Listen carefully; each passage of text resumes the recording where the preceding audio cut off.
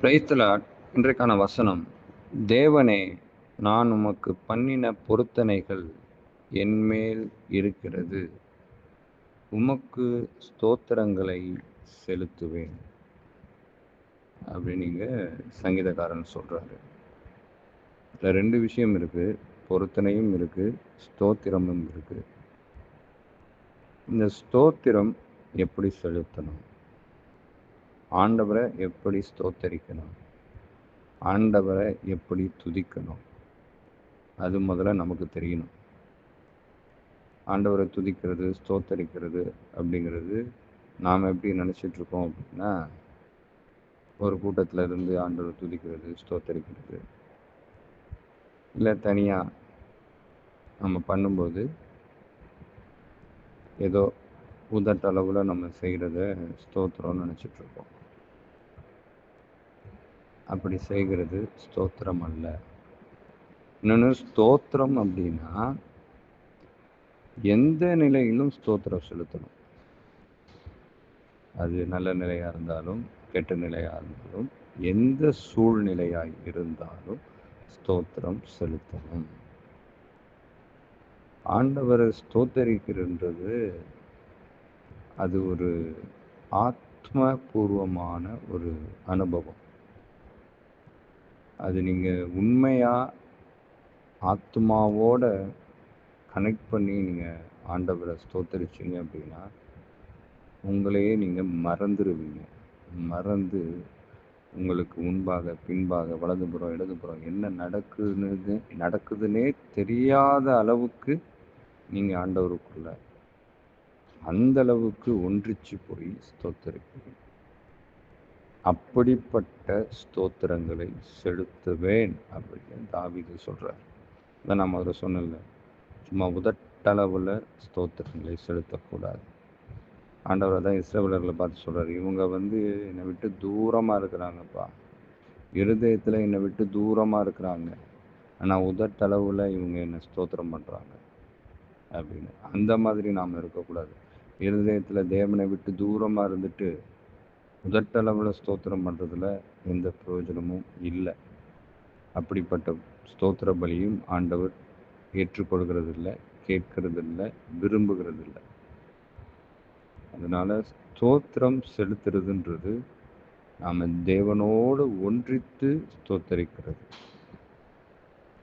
அது ஒரு ஃபீல், அது அப்படி ஒரு சுகமான அனுபவம். அது நீங்கள் உண்மையாகவே இருதயபூர்வமாக ஆத்மபூர்வமாக தேவனை ஸ்தோத்தரித்தீங்கன்னா, ஏசப்பாவை ஸ்தோத்தரித்தீங்கன்னா, முதல்ல அவர் கடவுள் அப்படிங்கிறத விட அவர் நமக்கு ஒரு தகப்பன், நம்முடைய இரத்த பந்தம், நமக்கு எல்லாமே அவர்தான், நம்முடைய உறவு அப்படின்னு எண்ணி நாம் ஸ்தோத்தரிக்கணும். இப்போது நம்முடைய உறவுகளாக இருக்கும்போது நமக்குள்ள ஒரு கனெக்ட் இருக்கும். அதே கொஞ்சம் வெளியாட்கள்னால் அந்த அளவு கனெக்ட் இருக்காது இல்லையா? அது போல தான் ஒரு அப்பாவை ப்ரைஸ் பண்ணணும்னா எப்படி ப்ரைஸ் பண்ணுவோம், ஒரு அம்மாவை ப்ரைஸ் பண்ணணும்னா எப்படி ப்ரைஸ் பண்ணுவோம், அந்த மாதிரி நாம் ஆண்டவரை ஸ்தோத்தரித்தோம் அப்படின்னா அது அவருக்கு சரியான ஸ்தோத்திரங்களாக இருக்கும். அதை ஆண்டவர் முகருவார், ஏற்றுக்கொள்ளுவார், விரும்புவார். இது முதலாவது. இரண்டாவது, என் இக்கட்டில் நான் என் உதடுகளை திறந்து என் வாயினால் சொல்லிய என் பொருத்தனைகளை உமக்கு செலுத்துவேன். இதுதான் ரொம்ப கிரிட்டிக்கல் சிச்சுவேஷன். எப்படி ஒரு சூழ்நிலை நம்முடைய வாழ்க்கையில் இருந்தாலும், இக்கட்டு நேரமானாலும், அந்த நேரத்திலையும் நான் உங்களுக்கு சொல்லியிருக்கிற அந்த பொருத்தனையை நிறைவேற்றுவேன்னு இங்கே சங்கீதக்காரன் தாவீது சொல்கிறார். இந்த நிலைப்பாடு நம்மிடத்தில் இருக்கணும். இக்கட்டு நேரம் வரும்போது நாம் என்ன பண்ணிடுறோம், சொல்கிற அந்த பொருத்தனைகளை நிறைவேற்றுகிறது அல்ல, நிறைவேற்றுகிறது கிடையாது. இக்கட்டு நேரம் வந்தோடனே சோர்ந்து போய் நம்ம சொன்னதை மறந்துடுறோம்.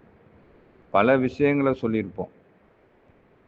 நான் உங்களை ஸ்தோத்தரிக்கிறேன், அதிகாலையில் எழுந்திருக்கிறேன், டெய்லி வேத வசனத்தை வாசிக்கிறேன், ஒரு அதிகாரம் படிக்கிறேன், சுவிசேஷம் அறிவிக்கிறேன், பரிசுத்தமாக வாழ்கிறேன், மன்னிக்கிறேன், பொறாமப்பட மாட்டேன், கோபப்பட மாட்டேன், கண்களின் நிச்சை, மாம்சத்தின் நிச்சை, ஜீவனத்தின் பெருமைக்கு இடம் கொடுக்க மாட்டேன், உம்மை தவிர எனக்கு எதுவும் முக்கியம் இல்லை, நீர் தான் முதன்மையானவன். இப்படி பல விஷயங்களை நாம் சொல்லுவோம். அதெல்லாம் நல்லா இருக்கும்போது, ஏதோ ஒரு இக்கட்டு வந்த போது, வாழ்க்கையில் அதை பார்க்கும்போது, அதை கடந்து போகும்போது, நாம் சொன்ன அந்த பொருத்தனைகளை மறந்து என்ன பண்ணிடுறோம்?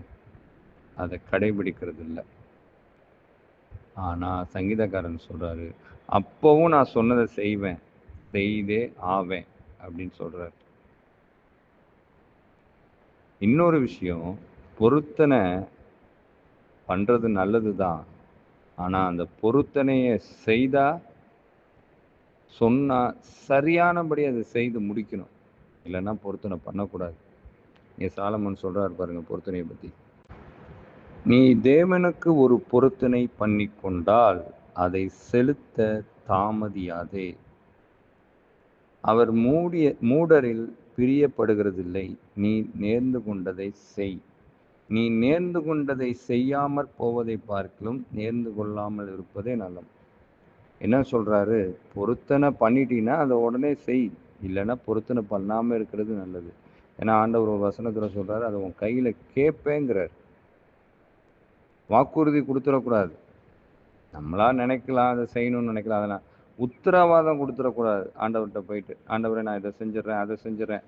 முதல்ல இதை நம்மளால செய்ய முடியுமா, இதை நம்மளால விட முடியுமா, இதை நம்மளால பின்பற்ற முடியுமா, இதுக்கு கீழ்ப்படிய முடியுமா, எல்லாவற்றையும் அலசி ஆராய்ந்து இது சரியானதா செய்ய முடியுமானா அதையே ஆண்டவரிடத்துல அந்த பலனை கேட்டு என்ன பண்ணணும் அப்படின்னா, நம்ம என்ன பண்ணணும்? பொருத்தனைகளை செய்யணும். ஆனால் பொருத்தனையை செஞ்சிட்டோம்னா அது சரியானபடி செய்து முடிக்கணும். ஒரு நாளும் செய்ய தவறிடக்கூடாது. அப்படி செய்ய தவறிட்டா அதுவே நமக்கு பாதிப்பாக முடிஞ்சிடும்.